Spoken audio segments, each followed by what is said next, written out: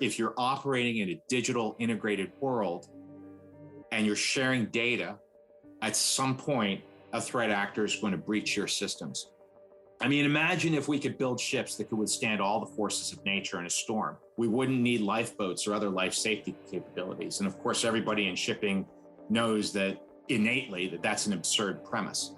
So the same holds true for cyber risk. So in my opinion, ship owners must recognize that cyber is a peril, and it's not constrained, as you've heard me mention, to any single vessel, but it's really something that can impact the organization overall. A shipping company must implement and sustain capabilities to ensure that it can withstand a cyber incident, whether it's an unauthorized breach or a ransomware event, for example. In short, they must develop capabilities to identify, detect, protect, respond, and recover from an incident. So how do you do this? Welcome to the Shoreline Maritime Risk Podcast. In each episode, we'll look at real-time case studies, current events, and speak to the experts dealing with critical risks at sea. What really happens when a crisis strikes at sea? And what can you do to protect your ship?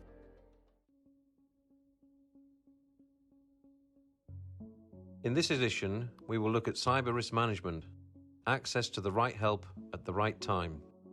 This episode is brought to you by myself, Captain Thomas Brown, who will be in conversation with Max Bobys. Max leads Hudson Cyber, a division of HudsonAnalytix. Hudson are a company Shoreline has a long relationship with, dating back to the early days of Open 90 and the requirement for QI and OSRO services. In more recent times, Shoreline has welcomed Max's input when developing Shoreline's insurance risk transfer solutions, namely ICCI and MCI, our two cyber insurance products. Max is hugely experienced in the sphere of cybersecurity, acting in an advisory capacity to many national and international agencies, whilst also authoring many publications on the subject. Hey, good morning, Max Bobys, HudsonAnalytix. It's great to speak with you this morning, Max. I think we go back about 3 years now when we both really started to look at the cyber risk issue in the shipping environment, me at Shoreline, you at Hudson. It's good to get back together with you now and sort of pick your brains around what you've learned in those 3 years. I mean, given the asymmetry of the cyber risk landscape, I think it's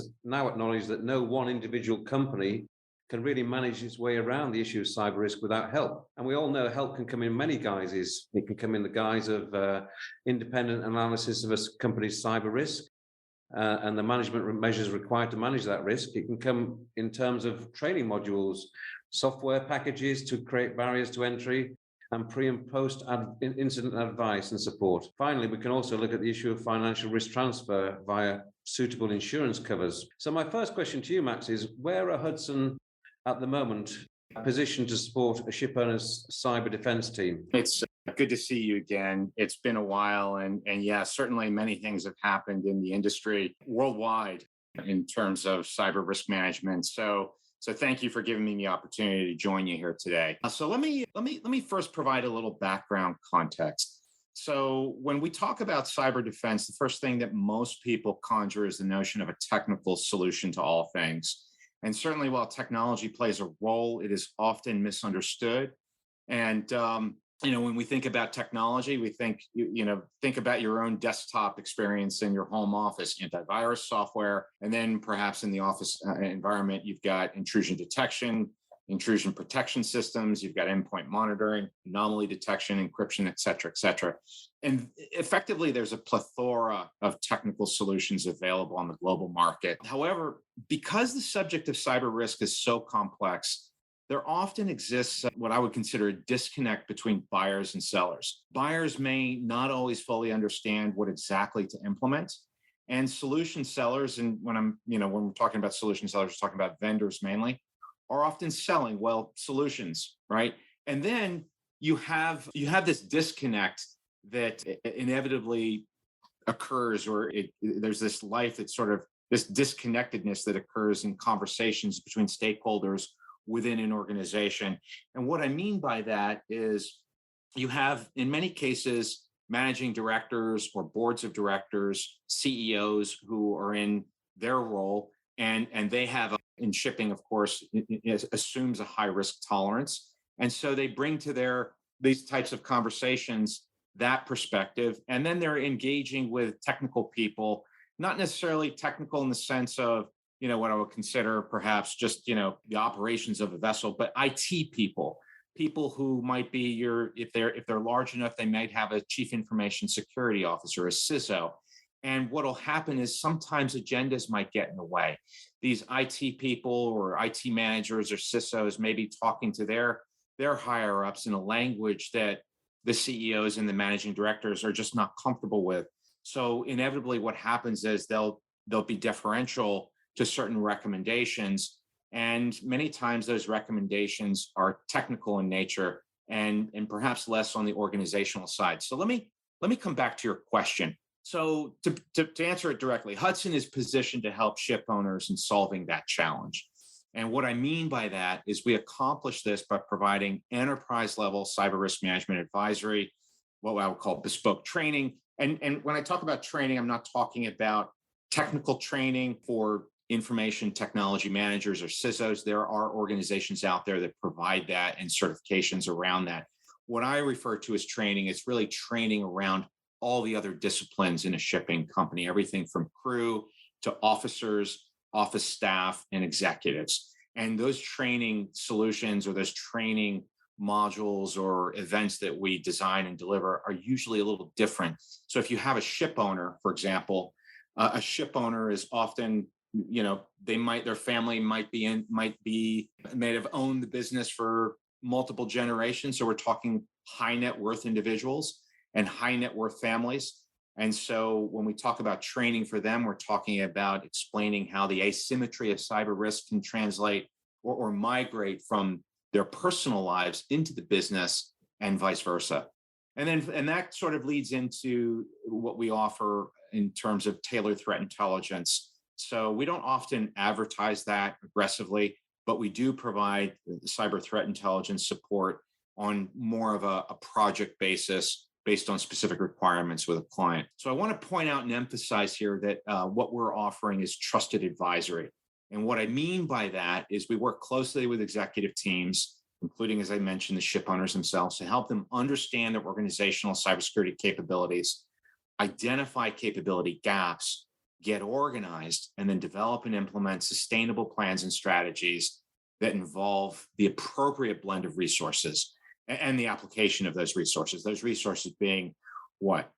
Their people, processes, controls, tools, and budgets. And so what happens is when you have, going back to the challenge of language, you have this disconnect that often tends to create vagaries in any conversation regarding the application of those resources. And so what we try to do is to help work through that. So often a lot of our initial support is geared towards getting the organizations organized and right-fitted so that they can ingest or adopt the appropriate technologies therein. So what happens is when we work with insurers and underwriters, we help them sort of act as a translator. Sometimes when those interactions between the insured and the underwriter, the broker, are making or trying to make certain determinations or understand the nature of the capabilities that company has in place. Hopefully that answers the question. No, it absolutely, it absolutely does. Thanks, Max. And I think one thing you said there, which I really would quite like to focus on, is you said getting organized. And I think if we look at the title of this podcast, it's access to the right help at the right time. So it seems to me what you're saying is it starts with self-help in many ways. I mean, the individual company's ability to properly organize their defenses to ensure that they can ensure that they don't fall within the category of lowest hanging fruit in terms of, the easiest company to attack from the cyber criminals perspective. So in your mind, what does this defensive organization look like in practice? Yeah, so I'm going to go back to something I just mentioned. That's the challenge of something that, often doesn't get lumped in with this or the subject of cybersecurity. And again, that's the challenge of language. And I cannot recall a single instance with a client where we have not found ourselves working where people are talking past one another. And usually that is observed or comes out on the first day. And this is a huge problem. And I don't want to paint the shipping industry as something that this is just a problem that's unique to them. This is something that permeates all industries. So when you ask, coming back to your question about cyber defense, so there are a lot of things that go into an organization's cyber defense. Effective defense requires a number of things that, to that end, a truly cyber defensive organization is first and foremost self-aware. And what do I mean by this? So the first thing is, again, I'm going to start at the top regarding the CEO or the managing director.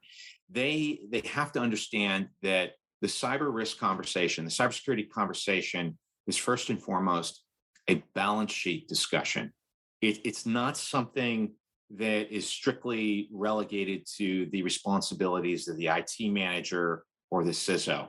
Because when we talk, like when you think about the roles inside an organization, you have the managing directors and then the chief financial officer, chief operating officer. But then you get into the operational aspects. You have the DPA, you have the fleet manager, you have information technology, risk. There's a risk manager often, and then you have counsel. So when you look at like the DPA or the fleet operations, or even the chief or the company security officer or IT manager, these are what I would consider to be verticals inside stovepipe sort of verticals within an organization. But then you have horizontal responsibilities. You have the risk manager and you have in-house counsel or external counsel, and they're looking at managing risk to the organization overall, not really getting down into the very specifics of an organization's day-to-day activities, like whether a network is properly configured on a vessel or in the office, or whether a training module is in place. Those are certainly important, but recognizing that cyber risk is a balance sheet discussion. So it has to be elevated to the right authority, and the right authority is in that C-suite. So oftentimes our most successful engagements are with clients that are organized where the responsibility for overarching cybersecurity is actually above the IT manager. Now, with organizations that have a CISO, that makes the conversation easy because they have that dotted line to the board and they report directly to the CEO. But in most cases, organizations don't have a CISO. And so we may report to the counsel, we may report to the risk manager, and they're able to cut through some of the internal politics that may get in the way, where you're starting to get into budget fights between security and IT, training and operations, and so on and so forth. So when we go back to the issue of self-aware, right? So the first thing is recognition that it's a balance sheet discussion. Then it's about getting organized to manage that cyber risk. Oftentimes, how we accomplish that is usually, and I don't mean to sound salesy, it's not my intent here, but usually we'll do like a workshop, right? And so we'll get a number of the key stakeholders within the shipping company around the same table and conference room at headquarters, so to speak. We'll get the DPA there, head of crewing, company security officer, finance, risk management, so on and so forth. Get them around the table and work through all the different things in the organization that can impact their day-to-day activities. And usually what inevitably happens out of that process, a renewed sort of recognition that, well, okay, then, cybersecurity is not just, Joe's responsibility who's in charge of IT, but it's also mine, and my responsibilities maybe training or onboarding, crew onboarding. So working through those internal cultural perceptions, the cultural mores within an organization is first a challenge, but you have to kind of break down some of those barriers in order to organize for risk. And then what will inevitably happen is we recommend to clients to put together a little working group. And now you have an instrument or a mechanism inside the company where you get people at the management level who are now collaborating and working on the cybersecurity challenges to the organization. And they're doing it in a consensus-driven manner, where perhaps that working group reports to the C-suite or the CISO or the CEO or even the board. And now they're organized to manage cyber risk. So it really also, to that point, involves a lot of collaboration.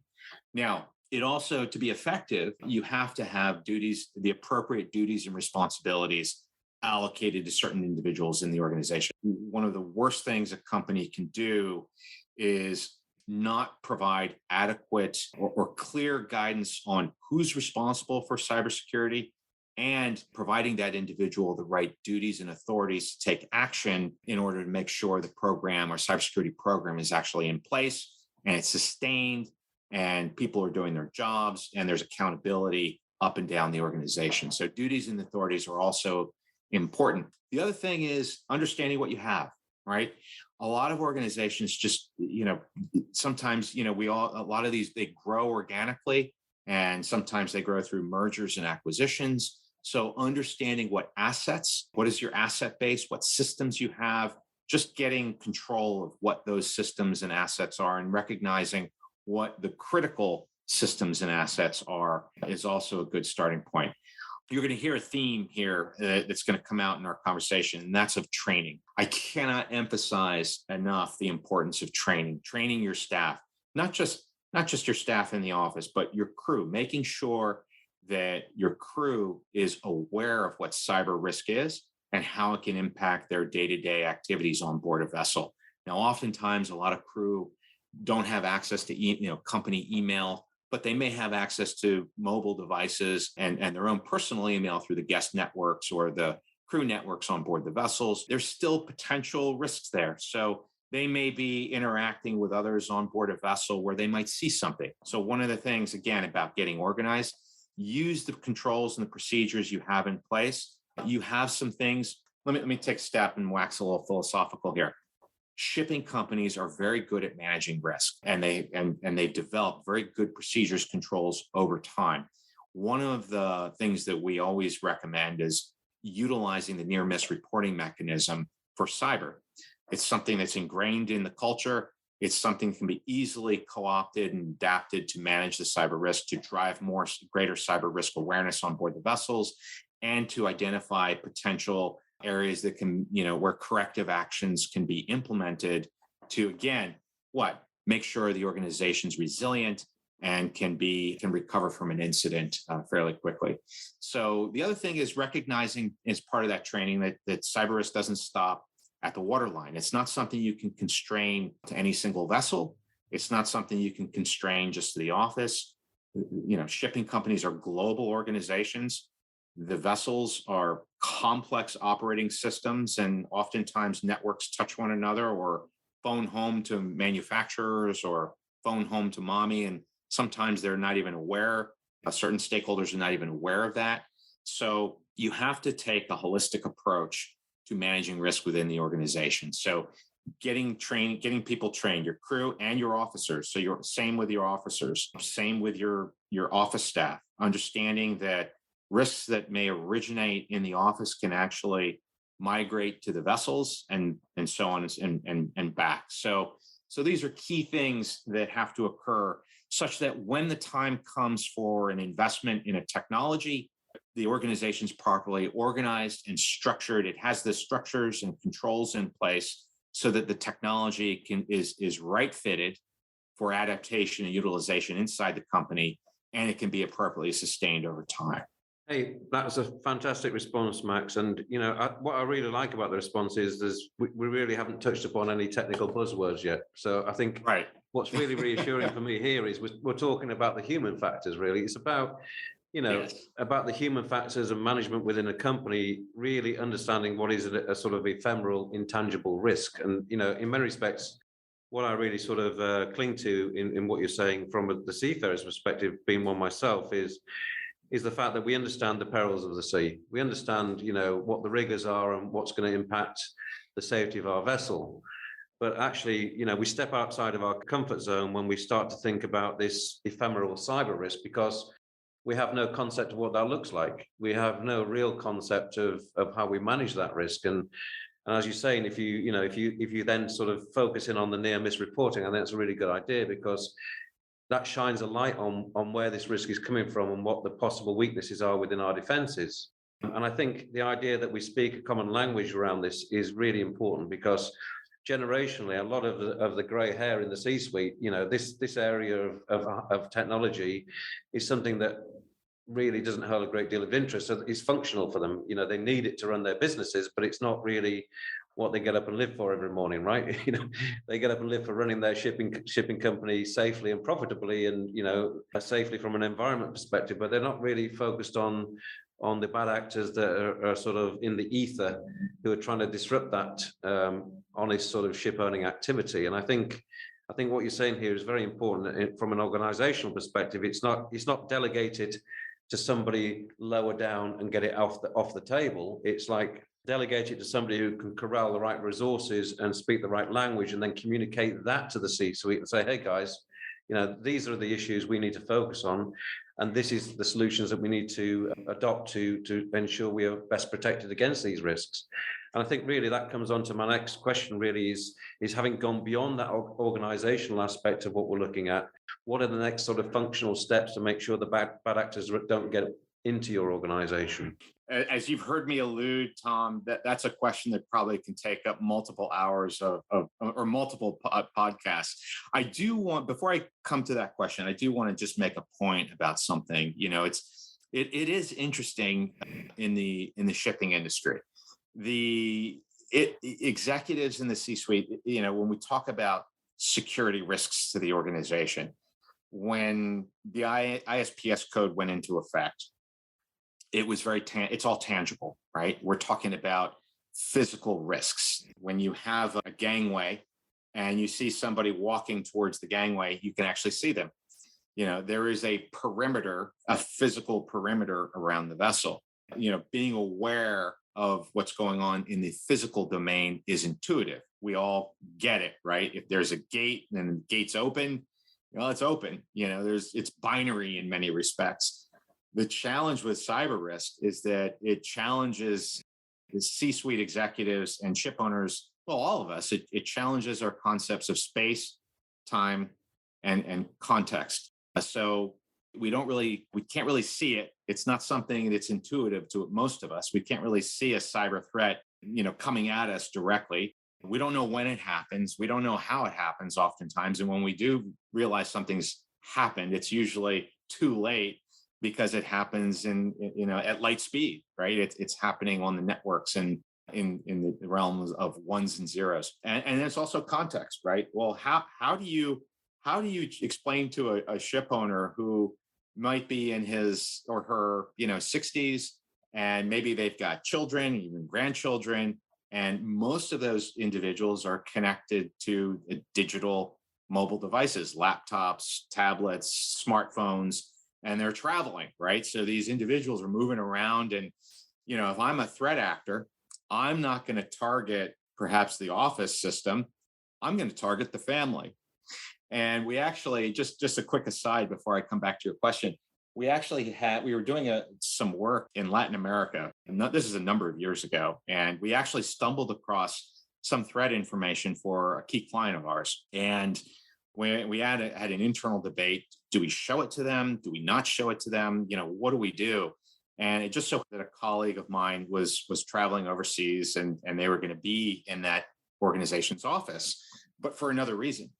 And so we decided, okay, what we'll do? We'll just give it to them. It's the right thing to do. And so my colleague sat with that individual, and the individual said, I think you're just trying to scare me into buying a service. And I think with the threat intelligence and the culture that exists, that is very acceptable, or it has a high risk tolerance, it creates challenges, right? And one of the things when we started Hudson Cyber, it was about a little over 7 years ago. And at the time, cyber threat intelligence, you couldn't even have a conversation if the discussion was, for anything, if it was over 100, if it was less than 150,000 US per year, it didn't make sense. So the threat intelligence challenge has been one that's been, I think, misunderstood. I think the larger organizations with lots of resources, I don't want to name names, but some of the the largest balance sheet companies in the maritime domain use it, or some of them do, but a vast majority of them don't. And part of the challenge with cyber threat intel has been cost, right? It's usually been a big balance sheet conversation. The costs for that have actually come down significantly, and there's been a lot of change in that market. But one of the things that I would encourage ship owners to do is start considering, whether it's us or others, there's other vendors out there that provide threat intelligence services, but to seriously consider it. And if not directly, there are organizations out there that do collect and disseminate in a de-attributed fashion threat intelligence that could be used to help them manage risks to their organizations. So there are information sharing and analysis centers out there. And so there's some good options on the market I would strongly consider end users to look at. So let's go back to your question about defenses. So, all right, so let's assume the organization has assessed its risk, it's identified its vulnerabilities, its organizational vulnerabilities. Let's assume it's trained its people, its crews, its office staff, it's granted appropriate authorities, deployed the appropriate blend of technical solutions, and so on and so forth.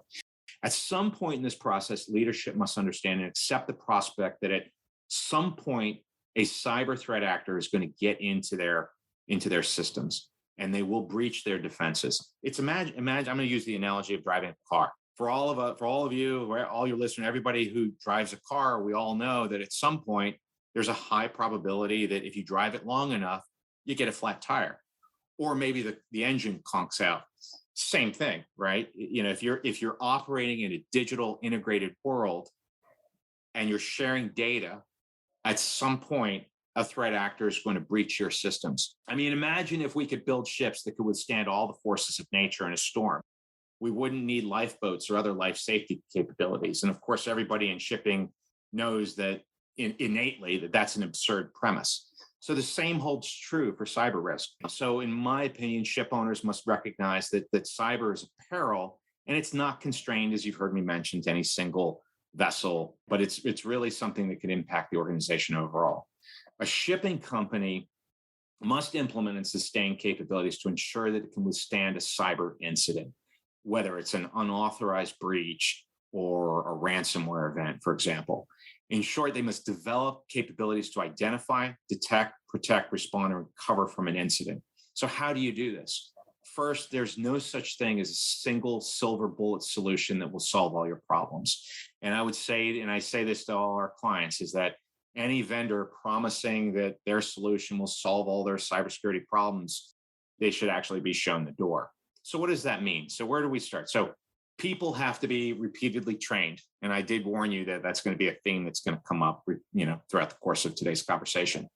And drills and exercises can be expanded to include cybersecurity elements. So again, using what you already have in place as a shipping company, the ISPS code does, it provides a recipe for building on your training and driving a cyber aware training force by testing and exercising those capabilities. And I would make sure that they do it in the office as well as on board the vessels. And it doesn't necessarily mean you have to create cyber events or, every drill has to be a cyber drill. But I would encourage the IT people to collaborate with security, the company or ship security officers, and design drills and exercises that weave in cyber to affect how the normal security systems are being tested and capabilities are being tested in general. So there's a mechanism right away, like the near miss reporting mechanism, that can be utilized. The other thing is the management of change discipline, which shipping companies do really well, and they should apply that for cyber. The ISM has been expanded to include that. So cyber risk is now as part of the safety management system. So management of change facilitates those changes within the SMS. So, for example, passwords should be changed. User accounts should be user specific, not role based. One of the things you really want to avoid is you don't want to tape a password or username on a computer workstation and where it's a shared account. So as much as you can, make those accounts role based, individual user based, not just role based. We talked about, I think I mentioned network segmentation. So networks should definitely be segmented. Logs should be monitored. For example, what do I mean by that? All inbound traffic should be logged, and all email communication should be aggressively scanned for malware, phishing, and spoofing content. So, when we talk about monitoring, right? If you have the ability, look for anomalous behavior. Usually some of the indicators of compromise appear in logs before an event will actually manifest. So you'll see some irregularities that may come about. And if you have a third-party vendor that performs that for you, as a managed service, talk to them about what that means. Engage with them in dialogue. What does that mean? What does a normal operating posture look like? And then monitor against that. So again, it requires engagement and collaboration, not just simply deferring an activity to somebody and forgetting about it. The other thing is making sure you're patching and updating assets with the latest operating system and security updates. This is something I can't emphasize enough. It is a basic best practice. And so what will happen is, this goes back to the budget conversation that I alluded to, where language may sometimes get in the way in the C-suite when we're talking about budgeting. And so, IT people or CISOs may be constrained from a budget perspective about upgrading to the latest operating system, or making the necessary budget allocations to ensure that upgrade to the next or the latest operating system.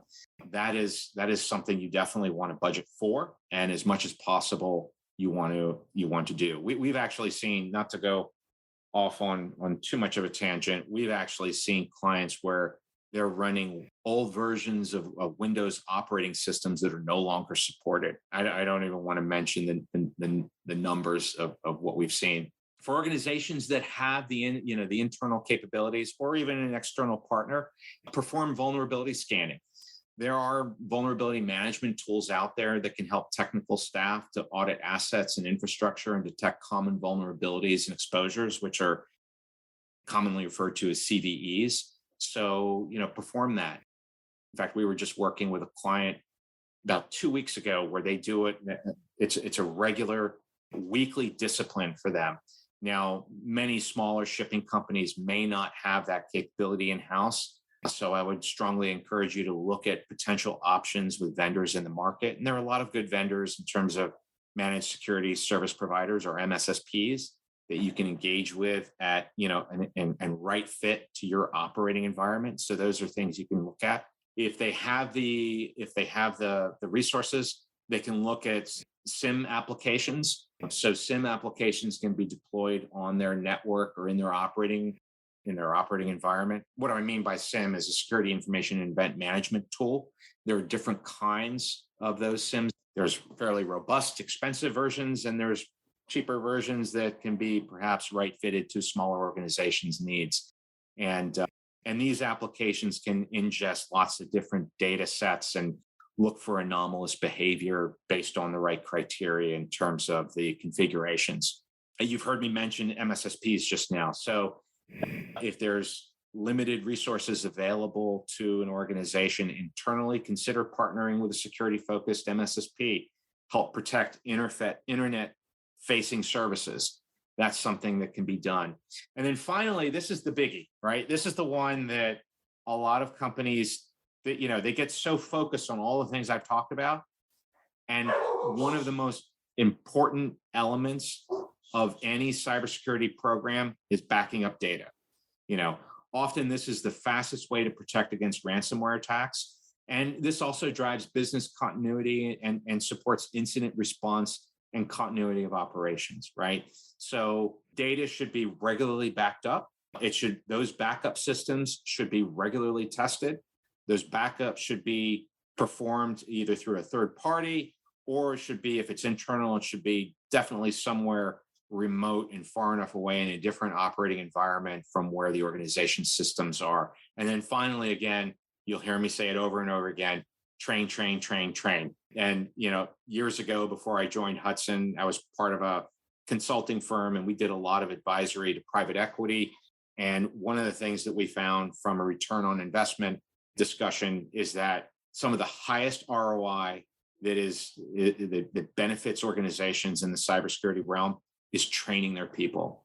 So it's a fairly detailed list I gave out. It's not an end all. It's not a fully comprehensive list.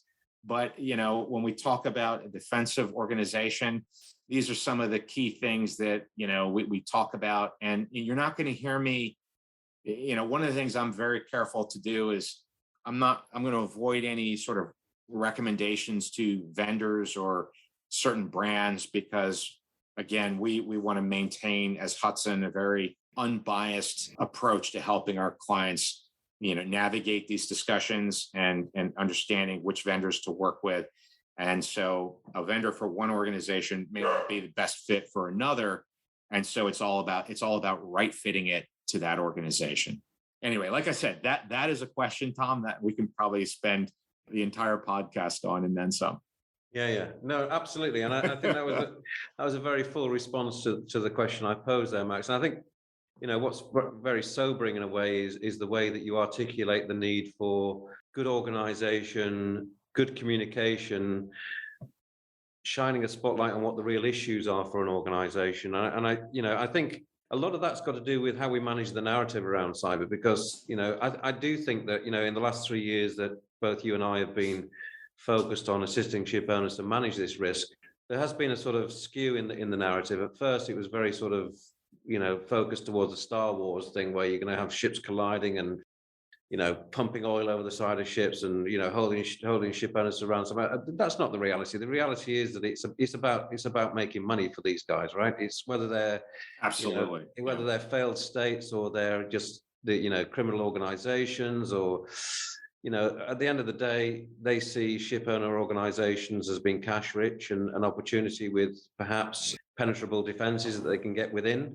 and then they can exploit that opportunity to put money from their account into their account. So, really, I think what you're saying is very sobering. It's about, having the right team in place, taking the right steps, putting the right defenses, being prepared for that challenge, really, to keep these threat actors out of your organization and to allow you to run your business in the way that you should, which is sort of on a legal footing. And, it's about doing the right things at the right time. But having said all that, fundamentally, we can't be all things to all men. I mean, there is still a chance that these guys are going to get in. And I guess from our perspective, being the provider of a risk transfer solution, it's about what risks the ship owner should then really focus upon transferring out the organization that they can't 100% manage themselves. I mean, do you have any thoughts on where the real sort of issue is around that, Max, in terms of that risk transfer? What should the ship owner be looking at in terms of transferring out of their company? Yeah, that's a big question. And before I answer it, I want to say one thing about the nature of the threat environment, right? And in the beginning, when I say in the beginning, for me, in the shipping beginning for cyber was a little over 7 years ago. In the beginning, there was a lot of talk, and there still is, about the issues of cyber threats to vessels and what that might result in terms of a kinetic outcome.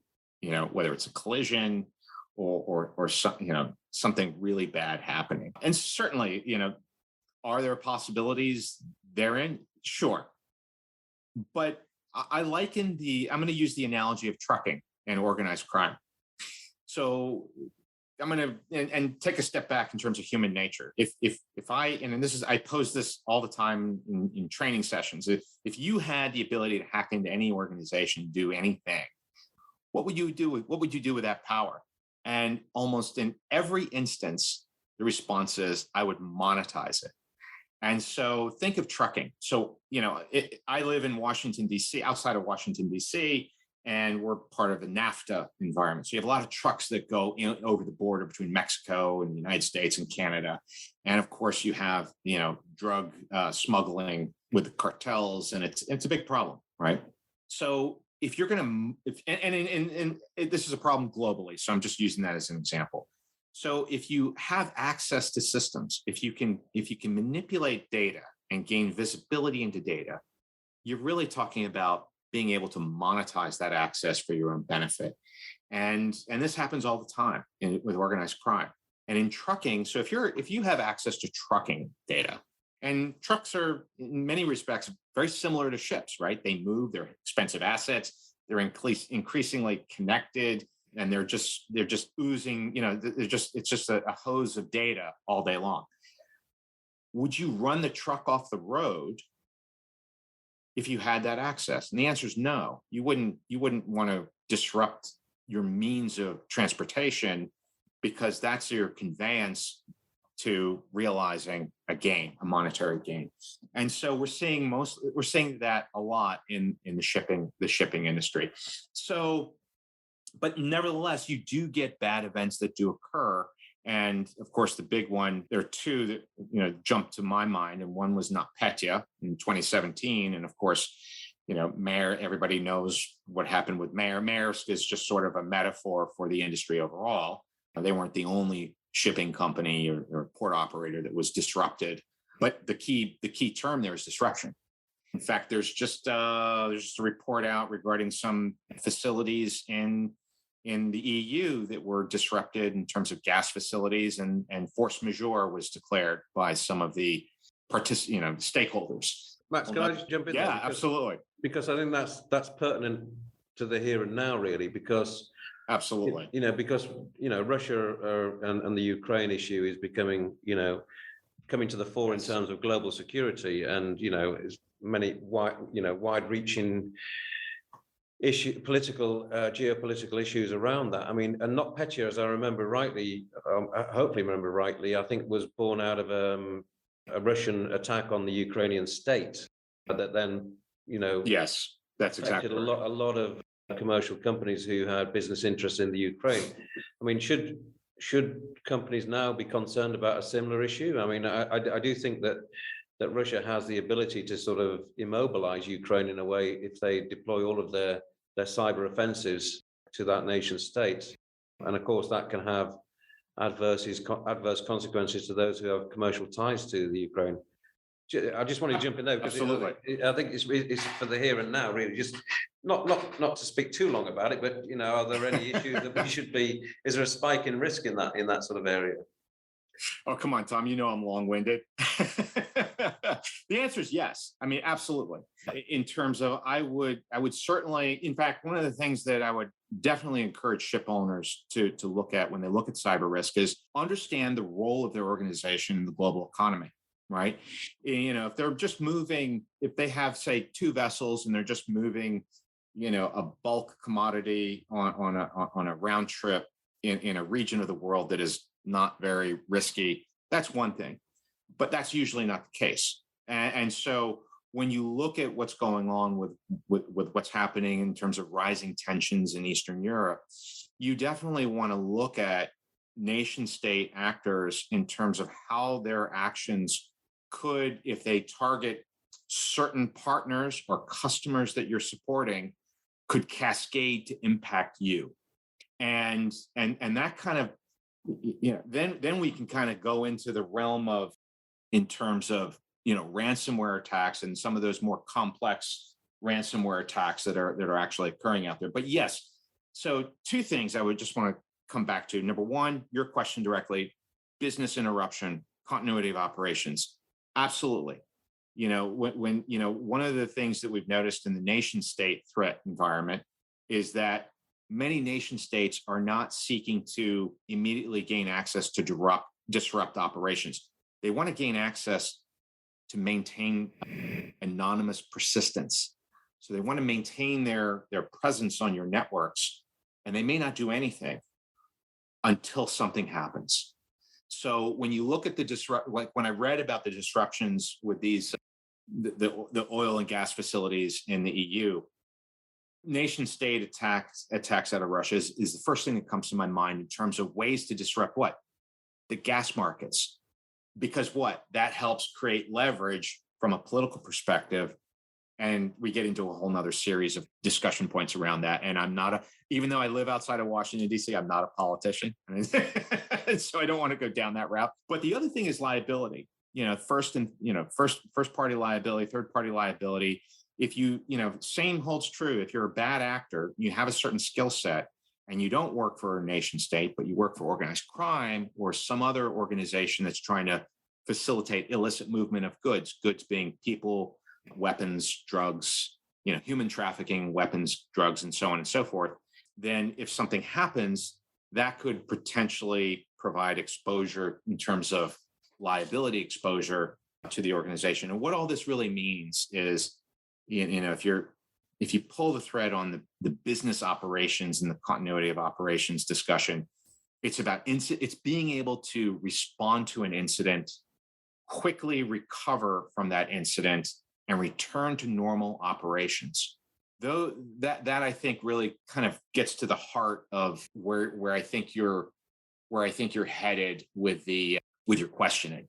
So business, that continuity of having those processes in place, being organized to access backed up systems and backed up data, and then implement the activities required to return to normal operations as quickly and as rapidly as possible with minimum disruption to third parties is key going forward.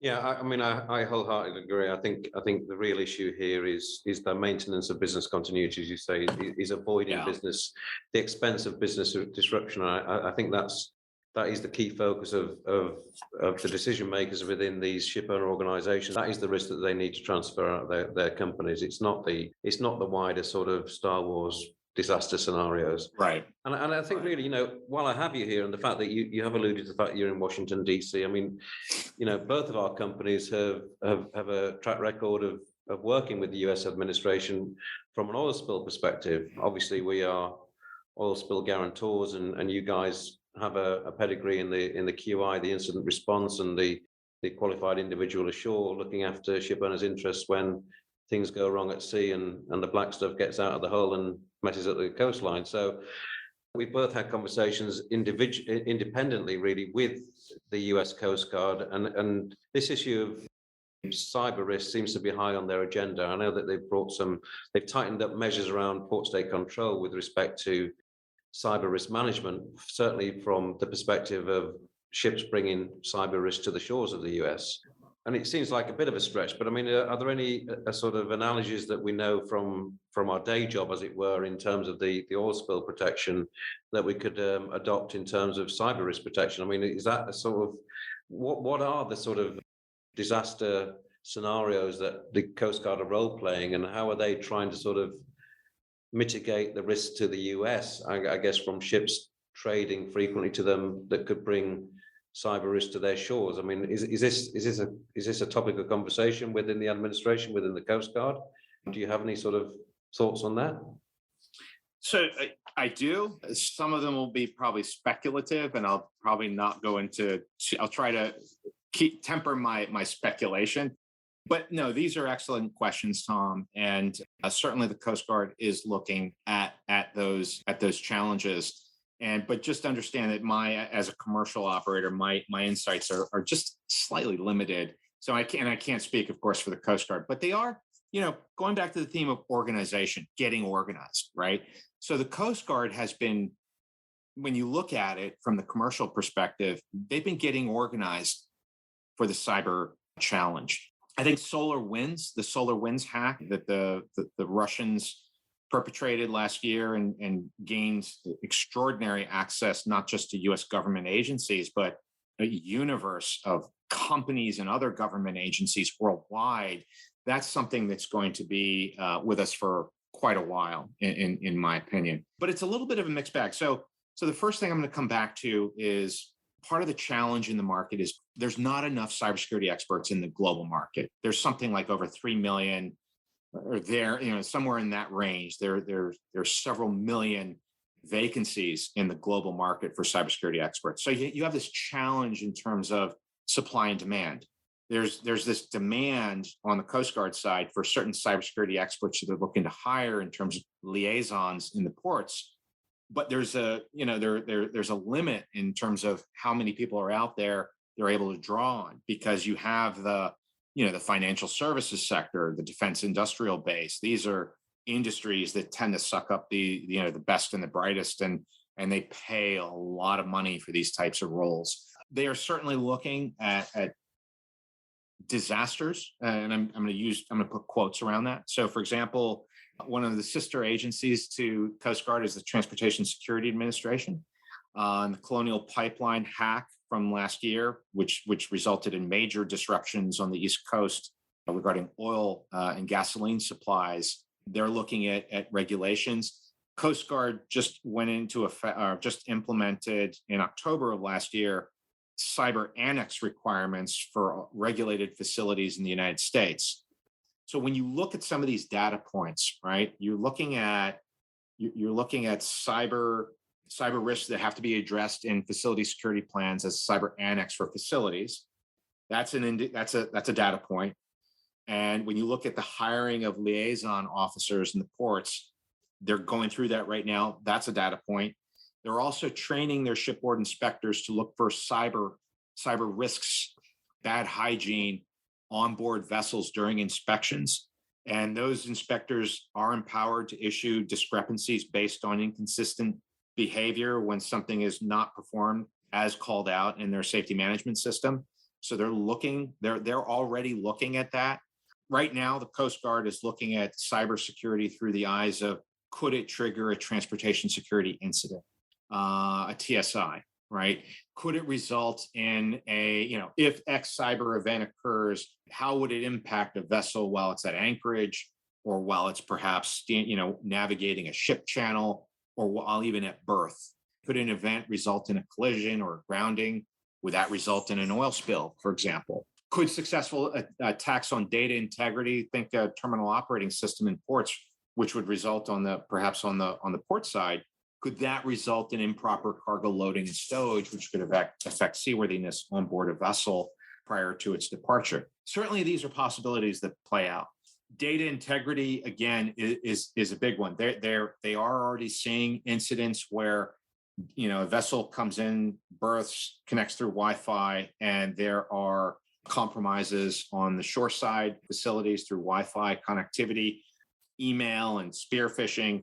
In the early days, when just as a quick aside, in the early days when we stood up our practice 7 years ago, we, on the threat intel side, we were working with a partner looking at a campaign out of Nigeria that actually targeted the maritime domain, and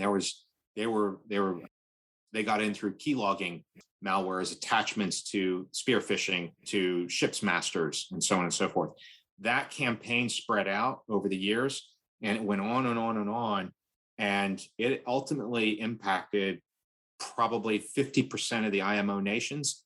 And it propagated out from the vessels to affect shoreside facilities. From there, it went to manufacturing, retail. It impacted the entire supply chain. But in terms of legislation, legislation takes time. And, certainly you have the Open 90 requirements in the United States that went into effect after the Exxon Valdez.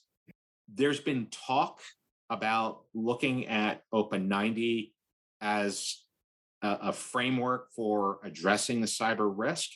I can't speak for the Coast Guard, but if I'm to read the tea leaves correctly, I think they're watching and seeing what's going on in the private markets.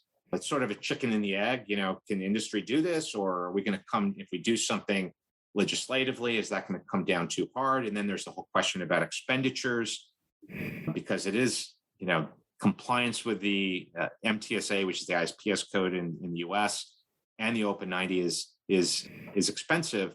But I will say that there are ready solutions available in the market. This is something that's been near and dear to my heart in the context of Hudson Cyber. Since I joined the company, we stood up the practice. In fact, if you go through some old archives, there's a few articles here and there that talk about envisioning a cyber Open 90, so to speak. And I will say we are working on something to that end that probably be released here in the very, very near future. And I don't want to go into too much detail on that just yet. Stay tuned. That's fine, Max. And I think that really sort of puts a full stop on where I wanted to get to with this conversation. It's been a fascinating conversation, by the way. Thank you for the way in which you've answered the questions. I think it's been illuminating in many respects and quite sobering in a way to hear it sort of in plain language and without the gobbledygook that surrounds a lot of this cyber risk management issue. My takeaways are, this risk is here, it's now, and it's here to stay, right? So, it's going to be a permanent agenda item on the risk and compliance committee meetings within shipowner organizations. It's a risk that's going to have to be managed because it's evolving all the time. And it can have significant and devastating impacts on a company's balance sheet at the end of the day. So to take your eye off that ball should be guarded against in many respects, because it can bring your company to its knees financially. It's not necessarily related to the kinetic risk that you talk about, the way in which ships might be used as weapons or run into one another or run ashore, and it's more about at the end of the day, the focus of these bad actors, whether they're nation states, whether they're independent hackers, is about getting your dollars out of your account and putting it into their account. And it's really, how we avoid that happening and how we, A, organize ourselves in the first place, B, get the right support, get the right team around, get the right input, get the right training, and then finally see, okay, what we can't manage ourselves, we're going to transfer out of our organization to make sure that we're bulletproof and that we can survive, the very worst case scenarios that we can envisage. So, hey, Max, thanks very much for taking your time to speak to us today. It's always a pleasure. It's always very educational from my perspective when I talk to you.